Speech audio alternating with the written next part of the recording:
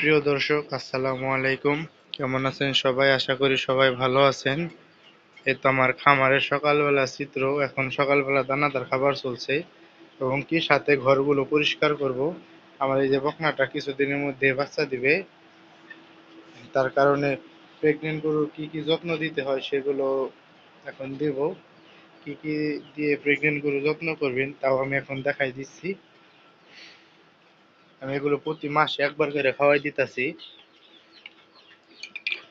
এই যে এটা হলো মাল্টিভিটামিন ডি প্লাস,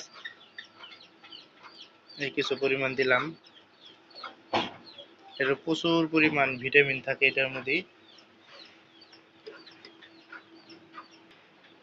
এর সাথে ভিটামিন ডি3 দিয়ে দিব।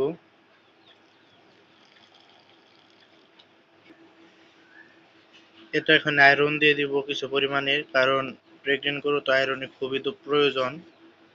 এত জিলির মতো আয়রনটা খুবই ভালো, মানে একটা কাজ করে আয়রনে।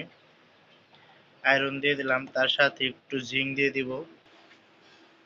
এতে এখন একটু জিঙ্ক দিয়ে দিতেছি এবং কি সাথে ক্যালসিয়ামও দিয়ে দেবো কেউ, কিন্তু ক্যালসিয়াম শেষ হয়ে গেছে। অর্ডার দিয়ে দিছে, আগামীকাল আসবে ক্যালসিয়াম কয়েক কার্টন। ওখান থেকে দিয়ে দেবো আগামীকাল। ক্যালসিয়াম দিয়ে দেবে, তো ক্যালসিয়াম ছিল নষ্ট, শেষ হয়ে গেছে।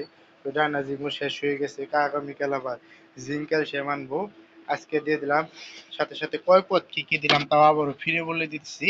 প্রথমে এলো দিলাম মাল্টিভিটামিন ডিএস। এই তো মাল্টিভিটামিন ডিএস, তার সাথে এই যে আয়রন, প্রচুর পরিমাণ ভিটামিনে কাজ করে আয়রনে। আয়রনে এটা হলো রক্ত উৎপাদন করে দ্রুত। আর এটা হলো ওই যে ভিটামিন ডি3, এটা হলো গরু যদি একবার কোনো দুর্বল থাকে সেই ভাবটা কেটে যাবে। তার সাথে দিয়ে দিব ক্যাট বুস্টার।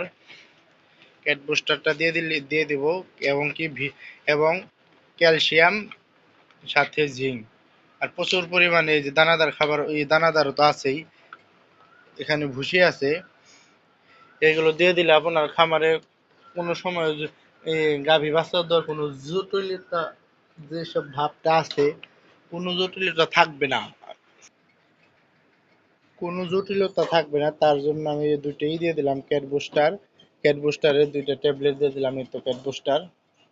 এই ক্যাট বুস্টারটা দিয়ে দিলি বাদে দেখা গেল গাভী যদি দুর্বল থাকে সেই ভাবটা কেটে যাবে এবং কি গাভীর দুধ উৎপাদন, ধৈর্য ক্ষমতা অনেক অনেক দিন থাকবে দুধ উৎপাদন। যেমন ধরেন আমার এই যে গাভীটা আমি সব এগুলো খাওয়াইতেছি, আমার এই গাভীটা বাচ্চা দেওয়ার প্রায়